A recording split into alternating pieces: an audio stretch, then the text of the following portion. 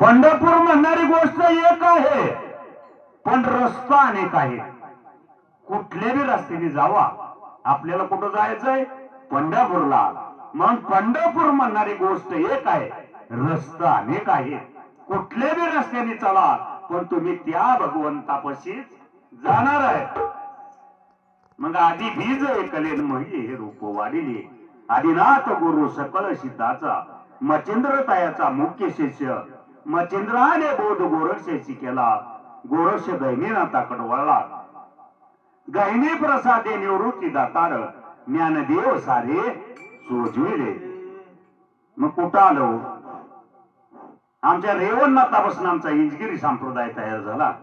रेवण सिद्धाचा काडेसिद्धेश्वर, काडेसिद्धेश्वरचा गुरलिंग जंगम, गुरलिंग जंगमाचा भावसाब, भावसाबाचा गिरमल्लेश्वर, गिरमल्लेश्वरचा माधवानंद, माधवानंदाचा कवले बाबा. आणि आज ही कारंडे महाराज, दादा महाराज, धोंडोपंत महाराज, ही परंपरा इकडं आली नाथपंथी. आणि ज्ञानेश्वर माऊलीला बी तोच मंत्र गहिनीनाथाकडे भेटलेला.